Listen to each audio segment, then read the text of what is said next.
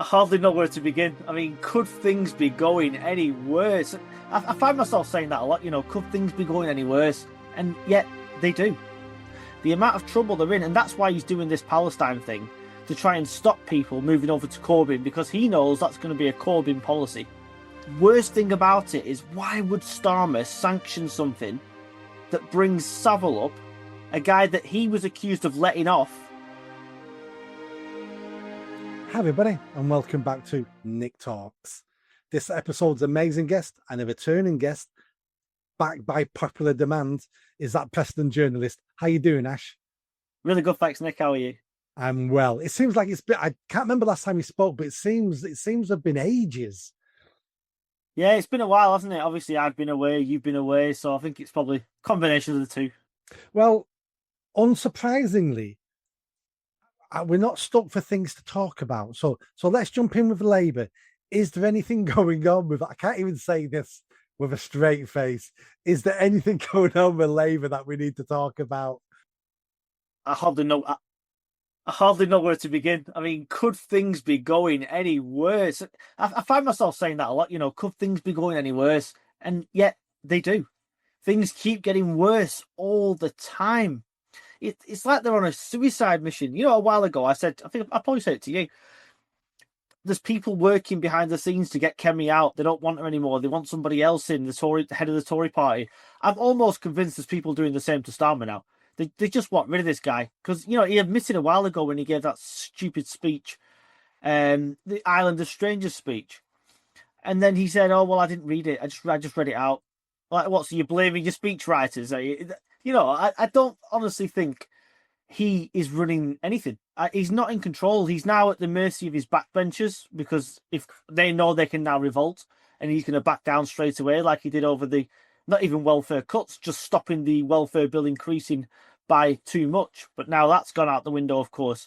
We've seen Reform UK this week take their biggest poll lead yet. Well, not poll lead, but their biggest polling yet on 32% now, according to opinion research, leaving Labour on just 25%.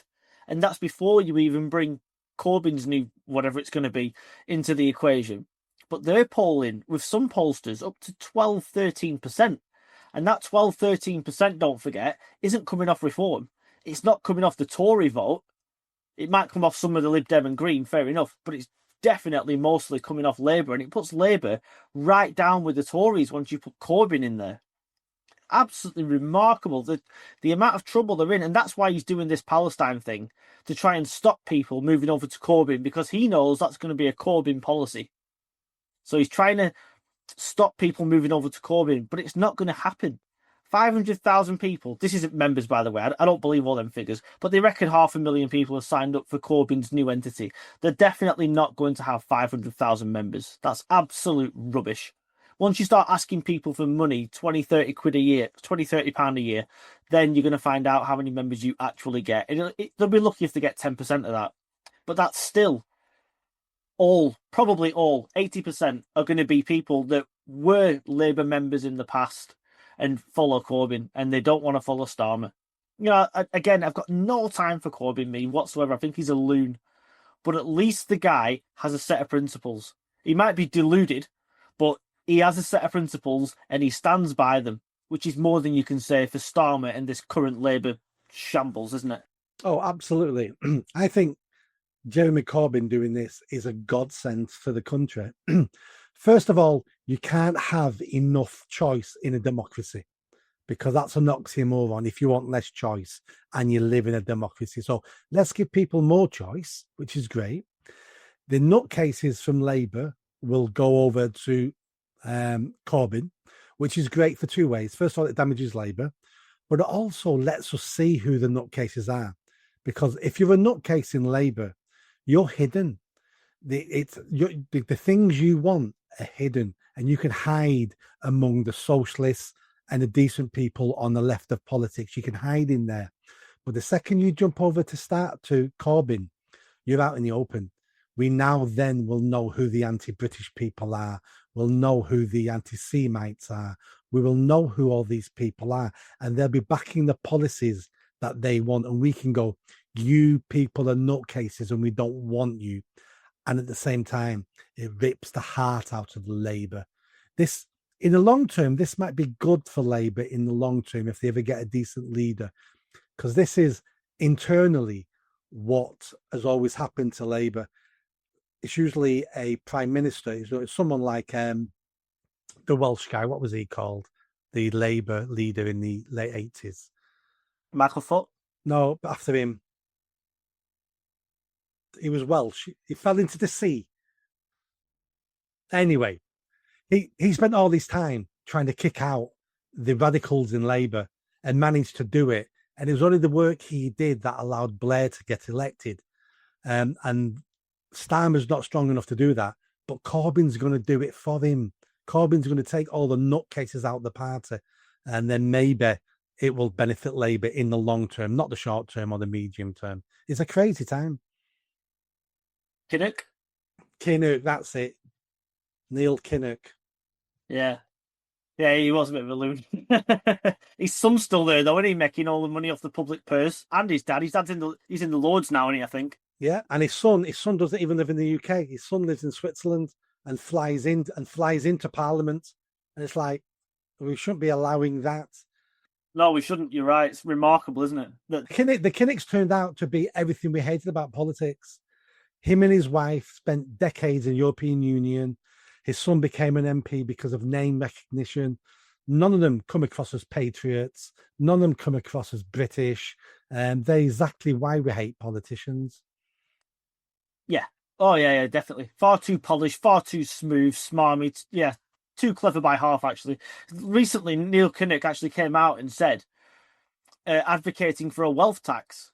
I thought the irony, you've sat on your arse, never had a proper job in your life. Same goes for your son and probably the rest of your family, living off the public purse where you're snouting the trough, and you're trying to advocate for a wealth tax on people that have actually gone out there and started their own businesses and, actually made something of themselves. I thought, you hypocrite. I'm trying not to swear here. These people anger me so much. It's absolutely unbelievable. We've recently learned, I think it was only today, I saw Dan Hodges, who works for the Daily Mail, although he's a big Labour supporter, saying that the stupid line that Labour put out with Peter Kyle about Farage being connected to, liking Savile and stuff like that, being on Savile's side, was actually sanctioned by Number 10. And now the Daily Express said they've got sources saying exactly the same thing. How desperate are these people? It's such a bad line. And the worst thing about it is, why would Starmer sanction something that brings Savile up, a guy that he was accused of letting off? And, basically, well, unless someone's going to show me otherwise, basically did let off because he didn't go after him when he was head of Department of Public Prosecutions. Why would you want to rake all that up again? It had basically been swept under the carpet, and now they've raked it up all over again. If you look at the media now, look at the newspapers, stories about Starmer and Savile all over again. This is what I'm saying about who's advising this guy. What's going on?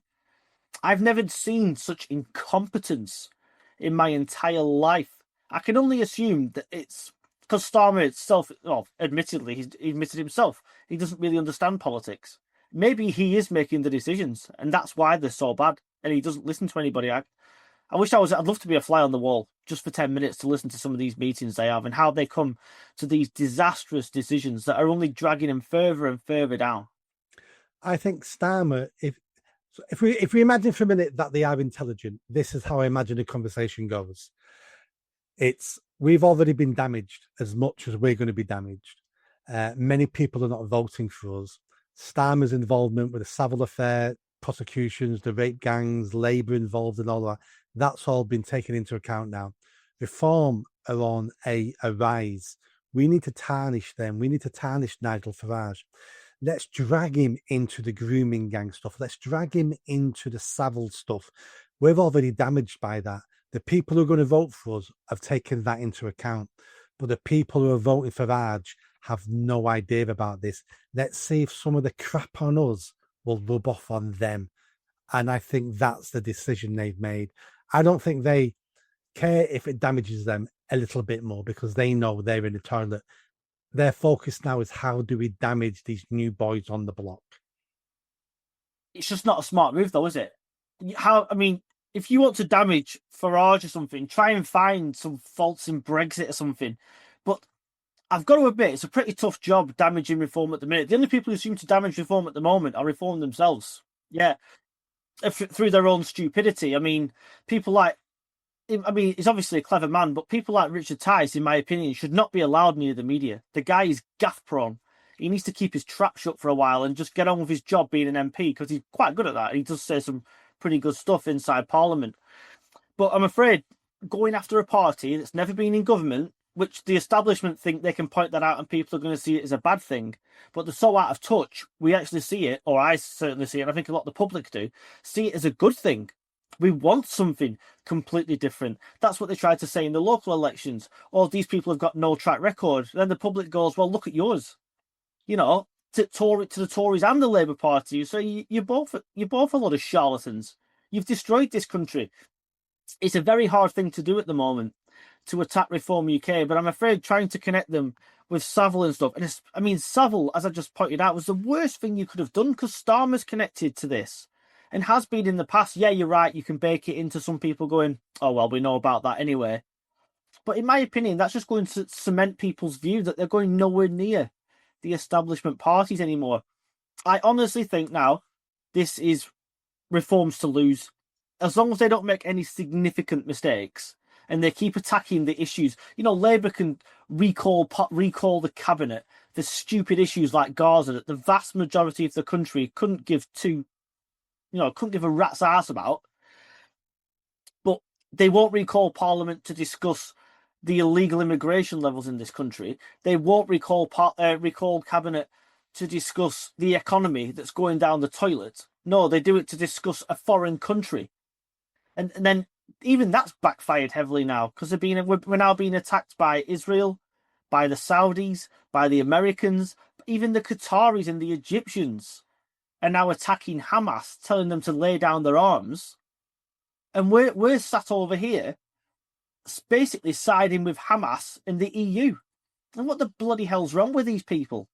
They just don't care about Britain. They just want to look good on the world stage. And let's face it, that press conference with Trump this week took away any hope whatsoever of Starmer ever looking good on the world stage. I've never seen something so embarrassing in my entire life. Get into that. What did you see? I saw a frightened little man in Starmer who tried to chip in every now and again. I believe this is my conspiracy theory. I believe Trump had a conversation with Farage before that, and they've said what's going wrong in Britain, and Farage has given him the zeitgeist, if you will, of what's going wrong inside Britain, and Trump has helped Farage no end. He's sat there and gone, why don't you lower taxes? Why don't you use proper energy like fossil fuels instead of building horrific windmills everywhere? It's no coincidence that Reform have just launched a campaign against windmills after Trump has said that in a press conference. I believe Starmer was stitched up royally. He doesn't really need anybody to stitch him up because he's perfectly good at that himself. But to sit there like he was, and every now and again just try and get a little point in here and there, and for the Prime Minister of the United Kingdom to have to beg the President of the United States, can I come to your residence in the UK instead of you coming to see me in Downing Street? I'm sorry, the optics are pathetic. And what was even worse for me was the fact that the Lionesses had just won the Euros. And what did Starmer do? He gave Rayner the gift she's been begging for, the chance to stand at Downing Street, give a speech, hold a garden party with the women's football team. Starmer's nowhere to be seen. Well, Starmer is to be seen on the TV cameras being absolutely humiliated in front of the world's press by Donald Trump. And Angela Rayner's there looking semi-prime ministerial, having a drinks reception with the England football team that have just won the Euros for the second time. Where would you rather be? Who told Starmer to beg Trump, can I go and see you in Scotland and humiliate myself when he should have been there welcoming the England football team back? Because I tell you this, Nick, I think people are right like Rosie Duffield. I think he's got a woman problem, Starmer. I think he is a misogynist. Because if that was the men's team coming back and they'd won the Euros, he'd have been there. I can guarantee you that much. I think Starmer would have got more brownie points if he would have refused to meet Donald Trump. His side of the politics would have loved that. We're sticking up for Little Britain. We're not being bullied by the Americans, and Trump's a racist and a Nazi and a this and a felon. He'd have got more points not meeting him. But you're right, instead, he runs to him like a little wet puppy in the rain, hoping he'll be patted on the head. And that's never a good look for a prime minister. It was the worst thing he ever did. Like, he never should have gone. No, he shouldn't have gone. Don't if Trump's over here launching his new golf course, there's no need. It's not really political, really. He's apparently it's a fantastic golf course. Let him launch it. He employs a lot of people in Scotland. Even the SNP can't take that away from him. He employs a lot of people inside Scotland, and he does a lot for the area as well because his mum was Scottish. So they've got. Although some people don't like him, the amount of people in Scotland that actually came out to greet Trump was unbelievable. I was very surprised at that. The streets were lined with people waving him and cheering him. So for Starmer then to have to go up there, he didn't need to. He wanted to be seen with Trump. He wanted to be seen with the president of the United States. Oh, look at me. To stand, like I said, he must have got 5 sentences in Starmer, and every one of them was trying to defend his own stupidity, his own ridiculous policies. He didn't actually manage to make any points. And if reports are to be believed, and I can't confirm this, I've only heard it from 2 people, but none of them were actually in the room. Starmer left that dinner with Swinney and Trump before the dessert even arrived. So something's happened there. He's had a row, or he's been bullied, more likely, by Trump. He's had his ass kicked, and he's told him to get out of the room, or Starmer's gone, right, I'm going, I've had enough of this, something like that, and stormed out, because apparently he didn't stay for the whole thing. The best bit of that, I thought, was when Trump criticised the mayor of London, and Starmer goes, "He's my friend. Oh, God, I don't know. He's my friend." Just awful, isn't it? What? And again, I've got to go back to it again. What was Rayner doing? The person who is leading the charge against Starmer, dying to take his job. She's getting photographs, very good photographs, I have to say, in the Downing Street Rose Garden. Glasses of champagne for the women's team, all smiles, everyone's happy. She gives the speech. They're all stood outside Downing Street as well, a big team photograph. That's what the Prime Minister should be doing. Who has told you to leave Downing Street, to go to Scotland, and then you have to get the US president to fly you to Aberdeen afterwards to go for your dinner at his residence? I mean, I can't tell you how much I had to cringe watching it. However, I must admit as well, I was loving every bloody second of it, because I've watching Starmer get humiliated like that. And I don't know if you've noticed, by the way, there was a media blackout on it. ITV didn't cover it, BBC didn't cover it, and even the the crap that Labour put out on Starmer's social media posts, etc., not a single thing about the entire day with Donald Trump. So that just shows you how badly things went that day. In hindsight, they wouldn't do it now. It was a stupid thing to do from the start, and they've handed Rayner the gift that she wanted.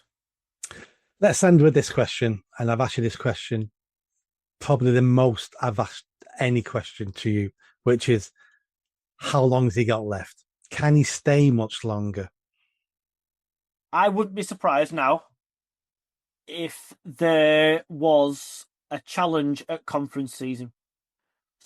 One more. He's a scandal away from, or losing a few more points in the polls away from somebody challenging him. And that somebody's obviously going to be Angela Rayner. I know for a fact there are WhatsApp groups set up with Rayner supporters.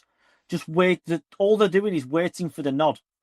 And that's it. People are going to move on Starmer. They're just waiting for the right time to go. Rayner's even now not saying any longer, like she normally does in press conferences, "Oh, I don't want to be Prime Minister." The other day she was asked that by The Guardian on a podcast. She didn't say, "I don't want to be Prime Minister anymore." She just said, "I'm happy doing my job for the time being." She's slowly upping that campaign now. The language is changing. What she said then was literally her saying, "I'm going to be running for Prime Minister." That's almost what she said word for word there. That's what that means when you say stuff like that. Yeah. Oh, she's definitely going to challenge him. I made a video. I don't know if you saw it or not, and I've probably stupidly, but we'll see, won't we? I watched another one of our fellow YouTubers talking about the possibility of a general election coming much, much sooner than anybody thinks. With all these scandals going, with the polls going down, with the local elections coming, so I thought, sod it, I'm making a bold prediction here, and it might be stupid. We'll see. I predict the next general election, 7th of May, 2026. And it's not as stupid as it sounds. Next year, wow. Everyone says no chance, but here's my reasoning behind it. Go on. Corbyn is going to get a foothold. The longer he's allowed to get a foothold, he's going to take more and more voters away from Labour. He may even take some MPs off the benches. Who knows? He's going to damage them in the local elections, the Welsh elections, and the Scottish elections without a shadow of a doubt. Labour are going to get slaughtered in those local elections when they get them next year. They're going to get slaughtered in the Welsh Senate, and they're going to lose a lot of MSPs in Holyrood in Scotland as well.